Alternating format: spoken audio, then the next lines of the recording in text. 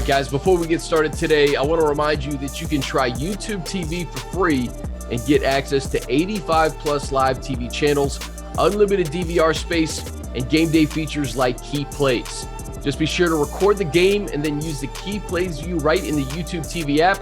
Catch up on all the highlights you may have missed. Plus, you can cancel at any time with no hidden fees. That's a touchdown. YouTube TV, try it free, new users only, terms apply, cancel anytime. What's up, guys? Welcome into a brand new episode of Chargers Weekly, powered by YouTube TV. Alongside Matt Money Smith, as always, I'm Chris Hayre. Money, people would think that maybe we recorded this last week because you're still in Indy. This is not a joke. You've been there for a week. Tell the people what you're doing in the great state of Indiana.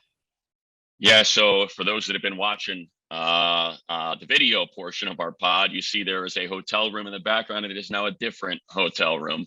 As I am at the Omni, I was at the Hyatt for the Combine, which was Thursday through Sunday. Went up, saw my folks Sunday night through last night, tonight, it's Wednesday, and I'll be calling the Big Ten tournament, the early rounds today and tomorrow with my man Mike Wozniak, the Cal Poly San Luis Obispo all-time leader in three-point buckets. And then I'll be heading home finally Thursday after 10 days? I think 10 days in Indianapolis. Do you want to reveal your room number? Maybe Chargers fans will send you a DoorDash or something. There you go. Yeah, they can figure out how to find me. You know what? I'll leave that part of the challenge up to them. Hey, we'll get to the Combine because you were busy certainly during those days. But let's start with the news of the week. Mike Williams is back with the Chargers, multi-year deal. Going to keep Mike here for a while, and I think really set him up for maybe another contract in the prime of his career. So I think it's a great move considering what he did last year, had a career year. I'm curious your thoughts. Well, I'm not surprised. We had heard that through the Combine. We heard it through the season. We heard it immediately after the season. And Mike certainly saved his best for last in that Raider game. And I saw you tweeted out, it's the first thing I thought about when I saw the contract extension is just someone who earned it. He earned that money. He's an elite receiver. He's a number one. And he is someone that Justin Herbert implicitly trusts and goes to time and time again when the chips are down and he needs a completion. So, that's the market. It's nice for the Chargers that the cap went up to $208 million, gives them a little bit extra to spend. And I think the way this thing shakes out, if they had just franchised him, you're talking about a $20 million hit. My guess is it'll probably be about half that. And that's why you're talking about this, setting them up for another contract. My guess is this is like a 2, and then let's redo it and extend it again. And that's one of the things about the NFL that I think is maybe hard for fans to kind of sort through. It's like, oh, Aaron Rodgers, $50 million a year, or Matt Stafford, $45 million a year. Yeah, teams know how to do it. You can, of course, contracts aren't set in stone like they are in other leagues where they're guaranteed. You can constantly redo numbers and move stuff around to squeeze in guys that you want to extend or free agents that you want to sign. So the one thing I'll say that like, if I'm being totally honest, I'm anxious to see kind of what goes on with Keenan, and how, because it's a lot of money to have two guys making over $20 million a year at the wide receiver position. Now we've seen the Bucs do it with Mike Evans and Chris Godwin, who just got his second franchise tag, but it is very, very rare to see that kind of money locked into one position. So I'm wondering if maybe there's another move there, maybe a restructure, something, something along those lines, because I don't quite think they're finished at wide receiver because of how much money is locked up in that position. I tell you this, I think it also speaks to the window that they have with Justin on a rookie deal, right? With Keenan and Mike, and who knows, we talked about Chris Olave and all these other stud receivers in the first round. Who knows if they go in that direction? 100%. But the fact that Justin has this window as a rookie, and we saw what he did his rookie year with Keenan and how they got off to just a hot start, that instant chemistry. We saw that in year 2 with Justin and Mike. And, Mike had 129 targets. He was trusted in the fourth quarter to go up and get it and make big plays. And, we can count to so many different moments throughout the season, Money, but I think you'd probably agree that week 18 game where he laid it all on the line. I think he had a career high 17 targets, had that memorable touchdown with no time left to go to overtime, that big 47-yard reception in overtime. Conversion. I mean, like I think that's the game that said, okay, man, Mike is one of us. He's here to stay, and we can't let him get out the building. He's a great guy. I mean, he's a great guy, and no doubt everybody on the team appreciates him, his demeanor. He's always like, it sounds so corny, but he's always smiling. He's just so affable and great to be around, to be honest.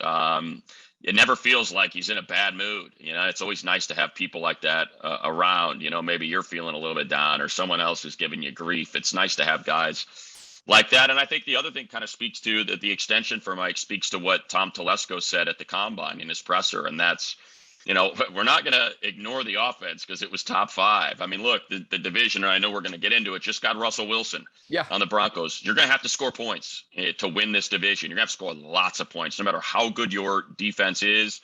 Patrick Mahomes, Russell Wilson now, and all those weapons. And we know what Josh McDaniels, all he's done is won 6 Super Bowls calling offense. So you're going to have to put up big numbers to win games in this division and in turn win the division. So it was paramount that Mike returned. Yeah, and you're right. Tom said we can't take a step back. Well, to get Mike, you got to just keep it even. Now we'll see what they do in free agency and in the draft. And we can get into the AFC West now, man. I mean, the fact that Russell Wilson is now a Denver Bronco, you look at the weapons that they have on offense. They were already pretty set defensively. I am interested to see what that looks like without Vic Fangio there. But you look at that division now. I mean, you said it, Josh McDaniels. I think people would maybe, if you're looking at it first glance, say, okay, Mahomes, Herbert, Wilson, Carr, but the McDaniels factor there, I just find this to be a fascinating division, maybe the toughest in football right now. Look, I'll throw the red meat out. I mean, there's only one thing you can agree on, and that's who the 4th best quarterback in the division is. I saw your tweet. I saw your tweet. I mean, and that's because I think everybody else, look, Justin Herbert had the best season of any of those quarterbacks last year. So you're not crazy for picking Justin ahead of Mahomes, who struggled a little bit for the first half of the year and then struggled, obviously, a little bit on the back half there. So, are a lot of people going to do that? No. But I think there's a few that if you just said, hey, 2022, which quarterback do you want? I'm not talking about long-term or anything. I'm just saying you get to have this quarterback for 2022. I think it'd be interesting to see what order it would go in. The Russell Wilson thing's interesting because, you had Shane Waldron go up there last year and tried to implement a new offense, and ultimately Russ just wouldn't let it happen. It went back to Russ holding the ball and trying to run around and throwing the ball downfield instead of, kind of what we saw and what we see with the Rams and the Packers and getting it out quick. And that's not him. And with Nate Hackett going to Denver, that's what he wants to do. It's what he's always wanted to do. And that's not Russ. So I'm anxious to see, which side of that gives to kind of accommodate the other side, because they're going to be asking Russell Wilson to do something he's just hasn't been willing to do. But he's certainly, he's got weapons. I mean, my goodness, the fact that they didn't have to give up Judy, Patrick, or Cortland Sutton, and they still have all 3 of those guys, and you still got Javonte Williams, who's as nasty a back as there is in the division. That's going to be tough. And you said it, it's something we've been saying for a while now. And, as dominant as that defense was, it's the best secondary in football, with corners and safeties included. Vic Fangio's gone. There's a reason why everybody's and a lot of teams are starting to run that system, because he's it, man. He's the best in the business. So, that's probably going to take a little bit of a step back as well. So it's going to be nasty. I would already, I'll bookmark it. Chargers are getting 5 primetime games. I don't think there's any doubt about it. They'll get their mandatory Thursday and Monday, and then they'll get the additional 3, be it 2 Mondays and a Sunday, 2 Sundays and a month, whatever it may be. They will be playing in this division with those quarterbacks. They're going to be playing 5 primetimers. And half of them will probably be in the division, right? I mean, that's what I mean. They're going to run back Raiders, Chargers. They're going to put Mahomes, Herbert in prime time. They'll put Russ, Herbert in prime time at some point, so no doubt. The division is wild, and the conference too. I mean, like, you're bringing Russ to an AFC that already has Josh Allen and Lamar Jackson and Joe Burrow and all these guys we mentioned in the West. I mean, is Tua going to take that next step? Mac Jones was in the Pro Bowl as a rookie. I mean, the what's his name from the Jets, Zach Wilson. Zach Wilson. I almost said Zach Taylor. Zach Trevor Wilson Lawrence. Yeah. In Jacksonville. I mean, like it's incredible. And I think look, I'll put it this way. I breathed a sigh of relief when Aaron Rodgers didn't go to Denver for the Chargers. That would have been a tough one. Totally comfortable in the offense, better all around cast on offense, back-to-back MVP, would have just slid right into Nathaniel Hackett's system and just gone to work. I am much more comfortable with it being Russell Wilson. Now, the goal isn't to just win division games. The goal is to win a Super Bowl, and you just said it. You got to figure out how to get through Josh Allen and that buzzsaw that was the Bills last year, through an ascending Cincinnati Bengals with Joe Burrow, at the helm. I still think the Browns roster is so incredibly talented on both sides of the ball. And that's outside the division. So it ain't going to be easy.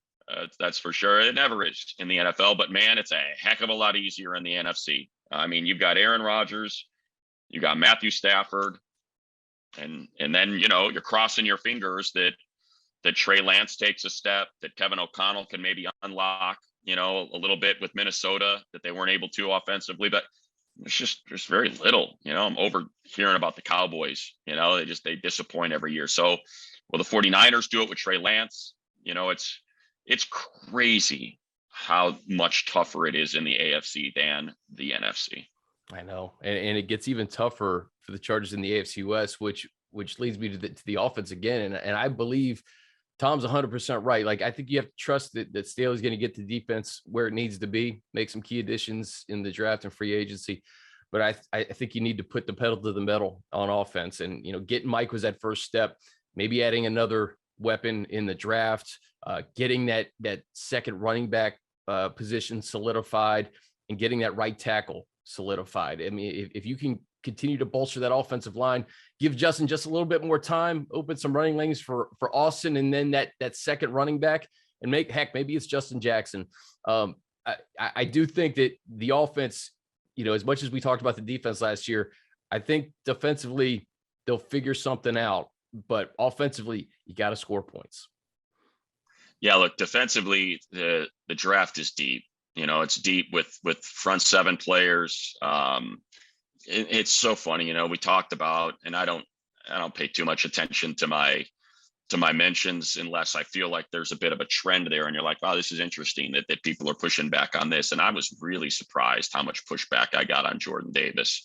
And I think it's just because people don't look, people are lazy, and that's just it, because it's easy to be lazy. It's easy to consume a couple tweets or a 2-minute conversation with one XO on, ESPN or Fox or NFL Network or wherever you're watching it, and say, oh, that's who that player is. I don't think people realized like how explosive and how athletic Jordan Davis is. And why is he coming off for third down? Well, did you see Walker? Did you see Wyatt? Yeah. Did you see freaking Jermaine Johnson, who had to leave Georgia to go to Florida State because he couldn't on the field, and he'll probably be the first edge rusher take or second edge rusher take? Like, I don't think people realize, how big and how talented that dude is. And now he's not even going to make it to the Chargers. So it's going to be a moot point. Like, he won't make it to 17 now. So it's not even worth discussing.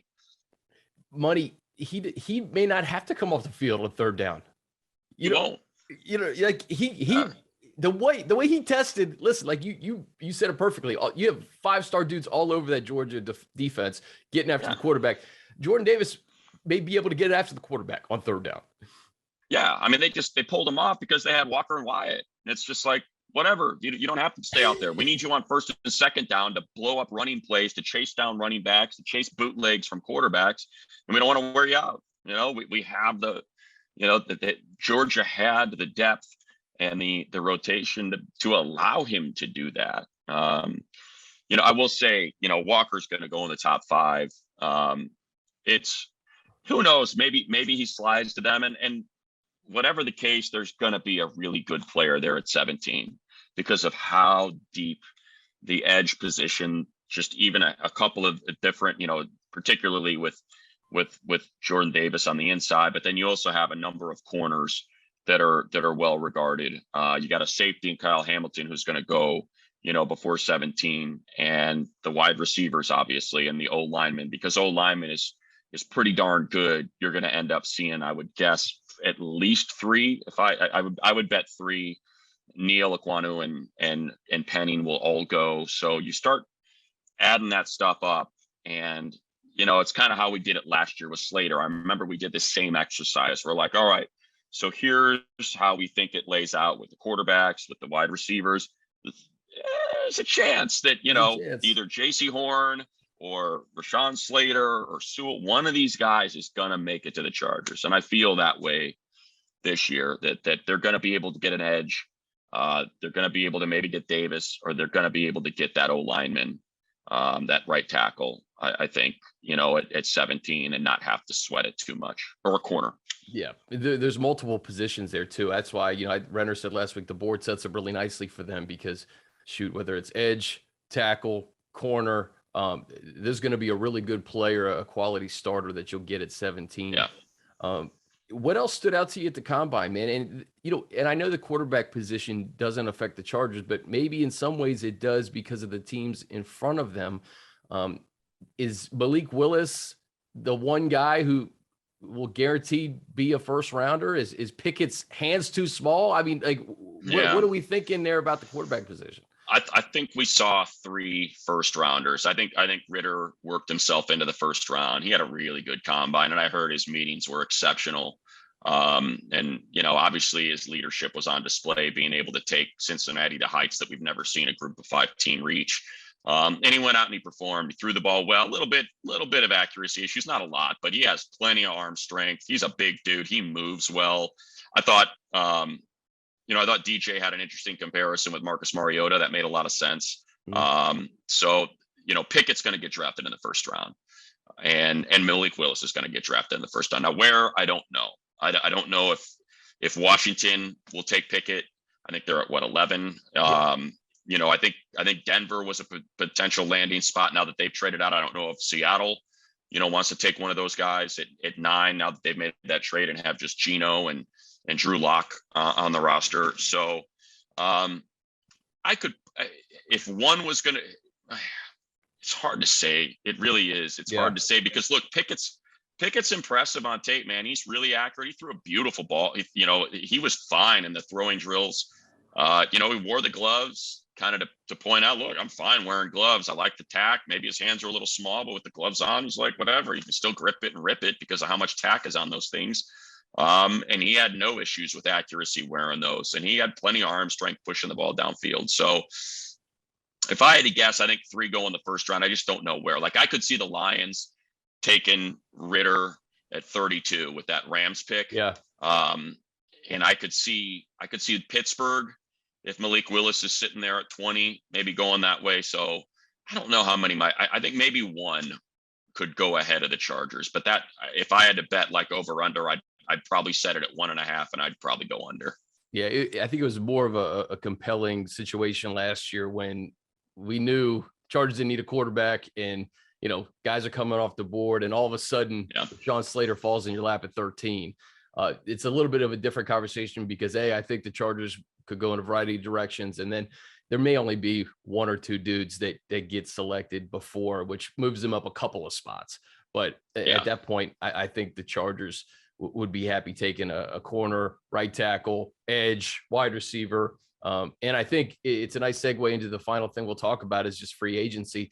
The free agency board will dictate what they do in the draft, I think, to some degree. What are you expecting next week? There are some holes, especially on defense, that I think they want to get shored up.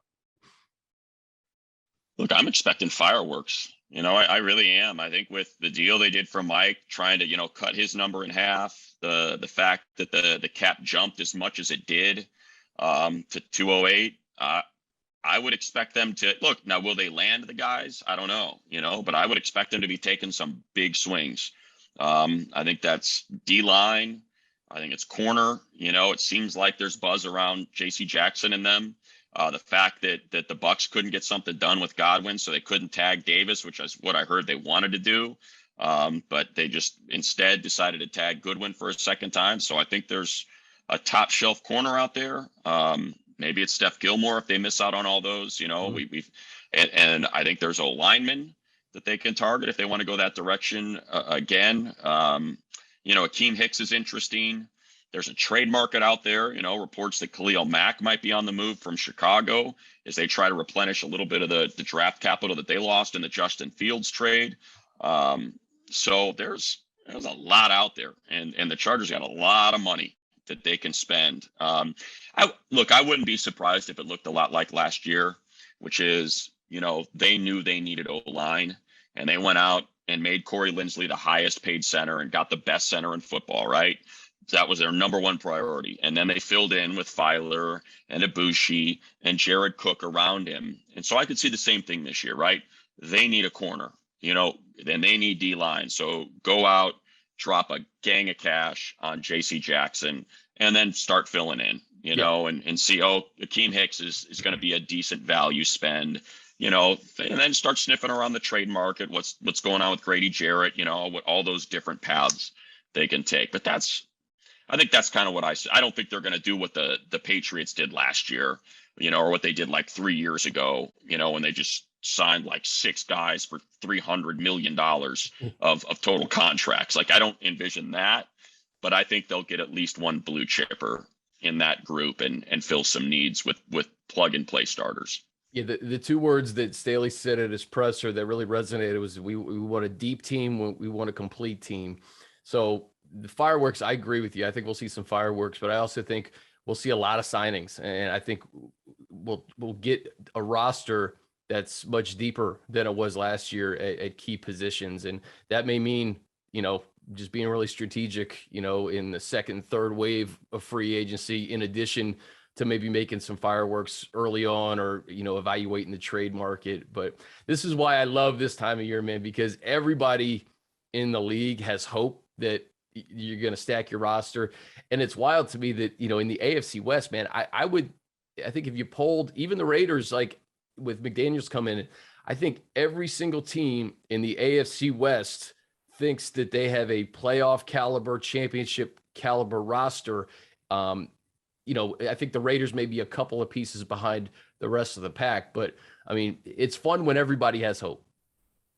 Yeah, I mean, look, the Raiders made the playoffs last year. Yeah. You know, the Chargers didn't, so there's reason for them to believe. Look, I think, on paper, it's not the best, right? It's the worst roster in the division. You know, I hate saying worst, but it's the 4th roster in the division, no doubt. And you got a new coach coming in, and they have a lot of holes to fill, but they got a bunch of money to spend as well. Now it's going to take a hit because Derek Carr wants his number to jump from 20 to 40 million bucks a year at quarterback. So that's where a lot of that money's going to go.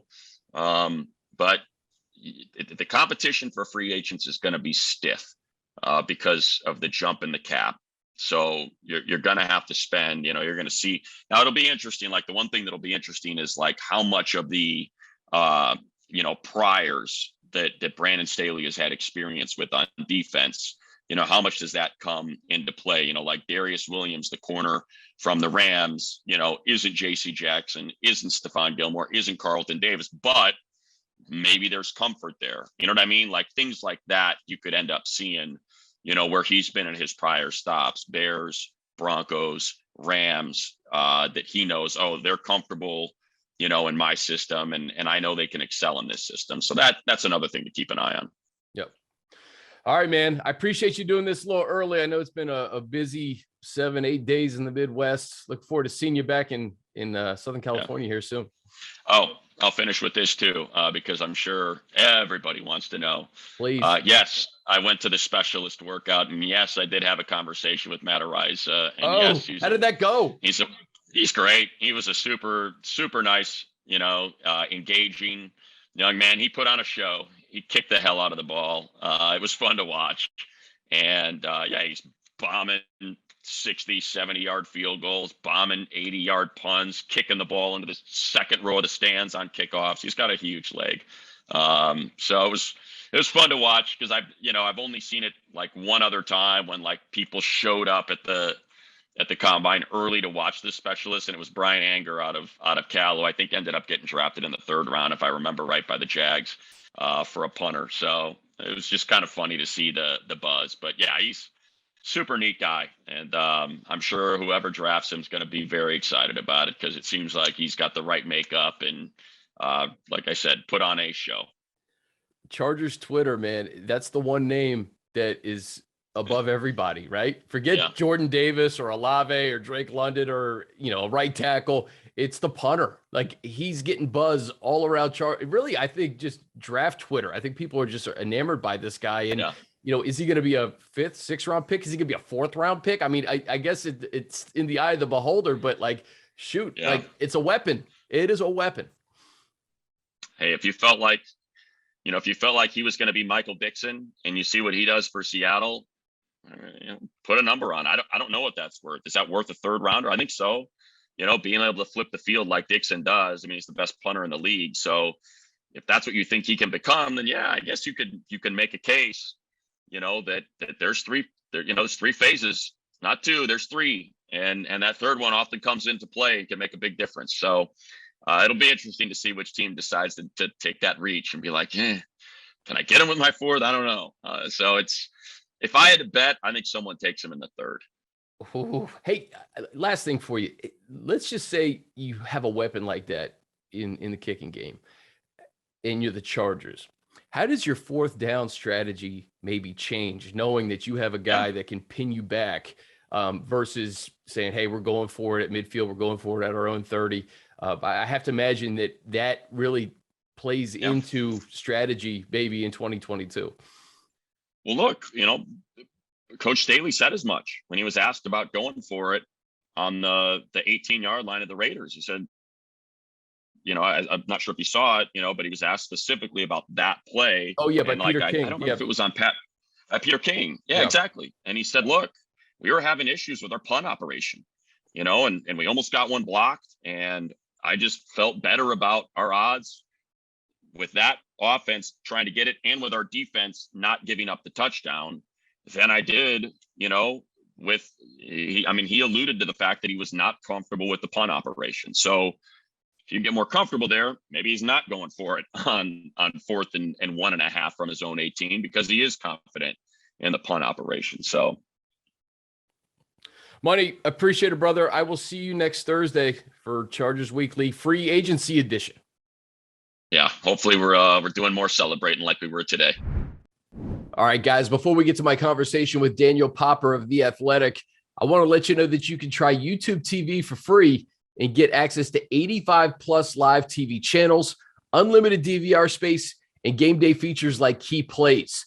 Just be sure to record the game in the YouTube TV app, catch up on all the highlights you may have missed. Plus, you can cancel at any time with no hidden fees. That's a touchdown.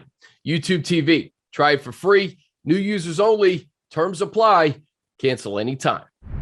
All right. Always pleased to be joined by Daniel Popper of The Athletic, who I know is not in Costa Mesa right now. Why don't you set the scene for where you're at?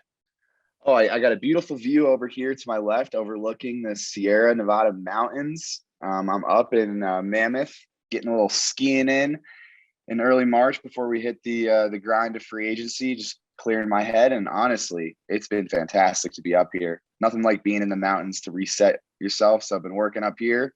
Obviously haven't been absent. A lot going on with the Chargers. Yeah. Mock draft up. We got Mike Williams signing an extension, so plenty to write about, but figured I'd hop up here and work up here and get some fresh turns in out here in the snow in the mountains. And I can't complain right now. I'm not going to lie. Oh yeah. We know how hard Popper works for Chargers fans. So a well-deserved vacation for a little bit at least. But like you said, I mean, you're a Mammoth, but Mike Williams signs this big deal right before the deadline. And, listen, I think it's a good deal for both sides. And for Mike, when you look at his 2021 season, what he was able to accomplish, how clutch he was in the 4th quarter, and how Justin really built a rapport with him in 2021, similar to what he did with Keenan in 2020. It's kind of a no-brainer. Yeah, I think you hit on all the major points there. Just starting with the contract itself, the thing that jumps out is obviously the $40 million fully guaranteed at signing. on a $60 million deal, which is a pretty big number. Usually you don't see that kind of percentage of guaranteed money. Just for context, Amari Cooper's $100 million deal had the same amount of fully guaranteed money. So it's a big number, but ultimately, if you look at it, and Jason Fitzgerald of Over the Cap pointed this out, it basically equates to two franchise tags. This year's franchise tag would have been 18.4. If they tagged him a second time, it would have been 120% of that. So you're looking at about $40 million in guaranteed if they tagged him twice. And that's basically how the first couple of years of this deal are structured, but they were able to lower that cap hit in 2022 to go out and be aggressive in free agency. Instead of 18.4, it's at 14 million. So that's really the structure of the deal. 20 million a year was probably on the highest range of where I thought Mike would end up. I thought 17 to 20 was sort of fair. But obviously we know how the organization feels about him, as you mentioned. So they end up on the higher side of that. At $20 million a year, it makes sense for both sides. And like you said, I mean, I wrote about this on Tuesday when they agreed to the extension. The vision for him is really what led to this deal, right? Brandon Staley comes in as the head coach, and he has a vision for what Mike Williams can be as a player. And it's not what he was in his first 3 seasons in the league. The 50-50 ball type player where you're pushing the ball downfield, and that's really all he is. And that's really, it's not that many catches. And he's more of a one-dimensional player in terms of just being a deep field threat. What Brandon Staley envisioned was a guy who could be a complete receiver, right? A guy who could run the slants, who could run digs, who could run outs, who could run the smoke routes, and be that type of presence in a short and intermediate area of the field. And we saw that come to fruition this season. And then, like you mentioned, that rapport and that connection with Justin Herbert just got better and better as the season went along. And I think it's noteworthy that with the season on the line in the fourth quarter in Las Vegas, like, who was Justin throwing the ball to? Yeah. Williams. And I actually went back and counted 13 targets in that game in the final 8 minutes in overtime. 7 catches, 111 yards in that time frame, 5 conversions. 2 of them came on first down conversions, and then obviously the game-tying touchdown. He emerged as Justin Herbert's most trustworthy target, and that's a lot of that was just that vision that Brandon Staley implemented way back in January, and Mike Williams really growing in that role. He was absolutely essential to this offense. And I talked about this a bit this week. They could have moved on. They could have found a different wide receiver to try and replace Mike Williams. But the fact is, there's no replacing him. And if you do replace him, you have to rebuild that connection with Justin Herbert all over again. I think that was also a big part of this extension, was sort of maintaining that connection and not having to restart it, and then making sure that you're still, you have that same offense from last year, and that you can just build on top of that to create maybe not the 4th best offense in the league, but the best offense in football.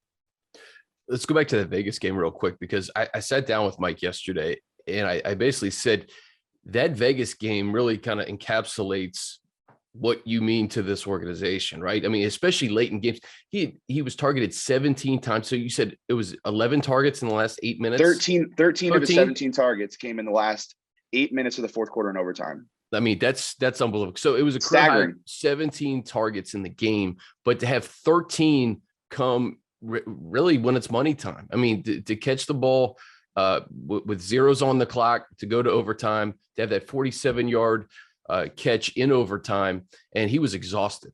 But it shows, I think, the complete receiver that he is, what he means to the team when the chips are stacked and it's time to go. And I've been so impressed with Mike, because Mike's such a good dude, first and foremost, and I'm really happy for him. But the way that he came through for this team, I joked with him too. I said we did so many walk-offs with him because of the Pittsburgh game and the Cleveland game. I mean, you can go to Kansas City. He had a pair of fourth quarter touchdowns earlier in the year. So for Mike to get this, and you look at 2021, I mean, it just makes perfect sense.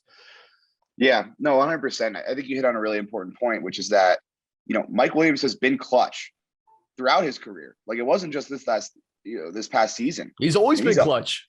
It's like when a play needs to be made and the ball's hanging up in the air and he needs to go make a 50-50 catch, a contested ball catch in a key moment late in the fourth quarter. Like, it seems like he always just comes down with it. And, we can get into whether players are actually clutch or not. I'll bet any day of the week that Mike Williams is more clutch than most receivers, if not all receivers in the NFL. And the other point you brought up, which I don't think should be overlooked, is that Mike's toughness is a factor in this extension. Like, the fact that he plays through injuries is a factor in this extension. Being available is a factor in this extension, and what that means to the rest of the team. Like in that Vegas game, like Mike was hurt. Like he hurt his leg diving for a ball with less than 4 minutes left in the end zone right before the Josh Palmer touchdown on that crazy throw that Justin had on the 4th and 21. On 3rd and 21, Justin threw the ball up in the end zone. Mike obviously sells out as he always does, lands on his leg, and he's got a banged up knee. And he left for that 4th down play. He's on the sideline, crouching, head down, and clearly in a lot of pain. And he just fought through it. And what that means to the rest of the team, seeing a guy like that fight through injuries and continue to perform, like that matters. It certainly matters to the front office. Like toughness is a factor in how you evaluate the player. So production, obviously, the skill set, obviously, but on top of that, the toughness is something that's also part of what he does as a football player and what he means to the Chargers. And that's absolutely a factor in him getting $20 million a year in this extension. Yeah, and I guess final thing, he's an ascending player, and I think this deal is nice for him too because he gets to prove himself again when he's in the prime of his career, and who knows if he gets another big deal after this one. So it's a great opportunity for Justin to keep his weapons together. I want to go to the combine last week. What was it like for you? What did you glean from talking to folks there? I know Tom and Brandon spoke, and a lot of that's old news now that Mike is signed and ready to go. But what were some of your takeaways? Yeah, so obviously fantastic to be back in Indy. Fantastic to be, back talking to people and seeing people face to face. It really feels like we're finally coming out of this. Yeah, this whole thing, which for me, it just felt great, to be back. But in terms of football stuff, the one big thing that I took away was just after Brandon Staley's presser, how much he talked about cornerback and how important that position is and how they're going to be looking for it. And it made me feel like, hey, we're not satisfied with what we have there between Asante Samuel Jr. and Michael Davis. Obviously, two young players. Asante had a great season last year. Michael Davis a bit up and down after that extension. But I felt like, okay, before the combine, Chris Hayre probably going to move on. He's getting older. They're probably going to be looking for a slot corner to replace him. But now, after talking with Staley and Telesco and gathering some stuff in Indy, it feels like, okay, there's a real possibility that they'll move Asante Samuel Jr. into the slot to replace Chris Hayre, and they'll go out and they might spend in free agency to find one of these premium outside corners. I could see a scenario where they go out and they spend on one of these free agent corners, the J.C. Jackson, DJ Reed, Carlton Davis, a guy like that. And then they also spend a draft pick in the first 4 rounds on a corner with some inside flexibility because they really feel like they need A, more top end talent, and B, more depth there to weather, injuries. Cause that was a big issue last year when they had injuries. They really struggled in the secondary in the middle part of that season. Tavon Campbell had some up and down moments. Trey Marshall obviously coming in at safety had some up and down moments. They need more depth in the secondary to weather injuries. So that's my big takeaway is that. Other things I gleaned, it feels like they're probably going to wait until next off season to do the Derwin James extension. That's the feeling I got after talking to some people in Indy. It just feels like both sides are kind of content with letting, Derwin play 2022 on this 5th-year option. Derwin will have more leverage, next off season when he has the possibility of hitting free agency. Obviously, the Chargers could tag him, but there's that option. He'll be in more of a situation closer to what Mike Williams was in, this season. For the Chargers, they get another season to make sure that Derwin can play a full season healthy, another season of production. And it seems like both sides are like, okay, we're cool playing on this $9.6 million 5th-year option. Let's try and hammer something out next year. And then the third takeaway is that I really feel like the Chargers are going to add a tight end. It doesn't, obviously Donald Parham is, and Tom Telesco said that pretty explicitly, but, I think they really love Donald Parham. He had a great season last year. He's really improving as a blocker, but it feels like he's still a year away from maybe ascending to that number 1 tight end role. Obviously the free agent tight end market has shifted a little bit in the past few days after all these guys got tagged and Njoku, Gesicki. So it's not as enticing as it once was. Maybe they bring back Jared Cook. I think they'll go more of a veteran route as opposed to drafting another tight end after drafting Trey McKitty last year, but they have a solid group there. I think they'll re-sign Steven Anderson. But on top of those 3, it feels like they really want, a 4th guy in there, a veteran guy to sort of be that number 1 tight end ahead of those 3 who are really ascending players. So those are the main takeaways. Oh, and one more thing. I mean, it feels like any position is on the table at 17. Really feels that way. And that's always the case with this front office. They're always going to take the best player available. They're not going to draft for need in that spot. They're just going to try to find the most talent they can with their premium picks. But I don't think it's necessarily, okay, we need a defensive lineman to fix the run defense, or we need a right tackle, or we need a cornerback. I really feel like they could go in any direction. If there's a really good receiver there at 17, Brandon Staley and Tom Telesco have said over and over and over again, like, listen, we're not just going to be content with this offense. We're not going to be complacent. Like, we're going to try and build this thing into something even better. And that could mean drafting some speed. At 17, Chris Olave is a guy that could potentially be there. So that's the last thing that I took away, is like, anything's on the option. I mean, they could go edge, they could go defensive lineman, they could go tackle, they could go wide receiver, they could go cornerback. It's really, any position is on the table there, depending on how the value shakes out in the first round. Dude, that it really sets the table for this conversation, because let's go back to corner real quick. I talked to Mike Renner last week on the pod, and Mike talked about the cornerback depth in this class. And he said he'd be comfortable with maybe 3 guys to be instant starters next year. And the rest, it's kind of a bigger drop off, which leads me to believe if they're going to go corner, free agency may be where we see some fireworks next week. So I think that's something to watch. But at the same time, at 17 overall, if a guy falls to them, I don't know if a Stingley would fall to them, or a Sauce Gardner going in the top 10. Is it McDuffie from yeah, Washington? Trent McDuffie from Washington. Yeah, that's the guy that could be there, I think. Booth, if they like Booth from Clemson, I mean, that's something that maybe to keep an eye on. I love the wide receiver. Listen, when you're in the AFC West, you're gonna have to score 35 points a game, right? So whether after the Russ trade, or, I mean, good right? Lord, the quarterbacks in this division. Jameson Williams from Alabama, another guy who's got speed, who would probably be the first wide receiver off the board had he not been hurt. That's interesting.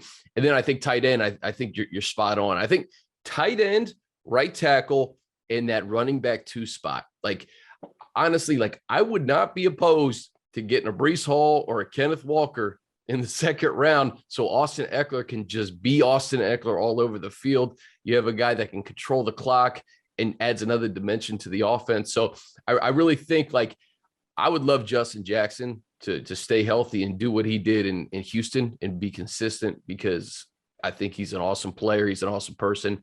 But I do think the organization is going to look really long and hard at that running back 2 spot. So they had that consistent presence behind Austin. Yeah, it's a fantastic point, because they need to get better there, and not necessarily a more talented player or a more productive player when he's on the field, but a guy that's more available. That's really the issue here, because you go look at the statistics. I mean, Justin Jackson averaged 5.7 yards per touch last year. That was top 10 in the league among running backs with at least 75 touches. He's always been like that too. When he's on the field, he's always been like that. The productivity is undeniable when he's on the field. It's just he's had these nagging injuries, and you need a guy that's available there. Like, you can't have a guy that's in and out of the lineup, that's missing games with injury. You need a guy that's going to be available. And so because of that, I lean towards them going the veteran route and going into free agency, because there are some options here, and finding a guy who has a history of being consistent and being available. The guy that I keep focusing on when I look in the free agent class is Chase Edmonds, because I think he would be a really great fit in Lombardi's scheme with his ability to catch the ball out of the backfield. He's always on the field. He's a very available guy, and he doesn't have a lot of mileage. He's pretty young. It feels like his best football's in front of him. He only has 419 carries in his career. So that's a guy that's really interesting. The other name that's getting thrown around is Cordero Patterson. Just because of the connections, it's really easy to, draw those lines. Obviously Brandon Staley coached him at junior college at Hutchinson in the early 2010s. Then obviously, Patterson played for Ryan Ficken, the new special teams coordinator. My only worry there is that it's only 1 season of production at running back, and he's going to be 32. Is that really the type of player the Chargers usually target? So I feel like it's going to be a veteran. I feel like they're going to go that route to fill that running back 2 spot. Just feels like at this point it's time for the Chargers and Justin Jackson to split up just because of the injuries that he's had. But you bring up a really good point as far as, okay, could they draft a running back early? Could they draft one of these talented guys early in the draft? Because it doesn't feel like taking a running back in like the 4th round or later really makes a lot of sense, because they've tried that the last couple seasons. Yeah. Obviously Joshua Kelly was a win pick, but it's adding a 4th to 7th round draft pick into that mix and having those 3 guys compete for running back 2. Is that, the best way to go about this? Is it the way to get the best option behind Austin Eckler? I don't think so. So it feels like it's going to be a veteran, or they might spend an early draft pick on a running back. But that's absolutely a position that they have to improve at this offseason. When was Jonathan Taylor drafted? Beginning of the second? He was a first round pick. Was he a first round pick? I'm like 99% sure. Let's look. Late first round pick. I mean, I only bring him up. No, he was the 41st pick overall. So he was a second round. He was a second round pick. Yeah, second round, 41st. And he was an MVP candidate last year. So I look at this Chargers offense, which is so explosive with Justin, and Austin has admittedly said, listen, I'm at my best when I'm fresh and I'm touching the ball 15 times a game. Man, I'm just saying, if you bring in a bell cow, it really changes maybe the way that they play offense, the way that you're defended, and it adds another dimension. Like you just said, the AFC West now with Russell Wilson in the mix. This division is on fire right now, and Tom admittedly said we can't take a step back on offense. So whether that means adding another wide receiver or really making that running game even more explosive than it was last year, I think all options are on the table, honestly. Yeah, I think you hit on all the key positions offensively. They got to get better protecting on the right side. So I'm convinced at this point that they're not going to go into the season with Storm Norton as a starting right tackle. They're going to add somebody there to, at minimum, provide competition, maybe create a three-way battle between Trey Pipkins and Storm Norton and either a veteran or an early draft pick. I think they're going to add a tight end, wide receiver. I think they're going to add some speed, and then running back too. And those are the areas where they can improve. It was a really good offense last year, but if they can make upgrades at those 4 spots, you have the possibility of being the best offense in football. That's certainly on the table with the way Justin Herbert is playing and the weapons that they have offensively. Every time I talk to you, man, I look at the clock and I'm like, dude, we could go another hour. Papa, you got to hit the slopes. I'll end with this.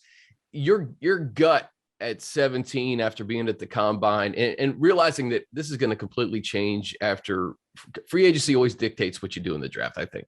Yeah. So, but your gut at 17, because there are literally like 4 or 5 different positions I think the Chargers would be comfortable at getting like a quality starter.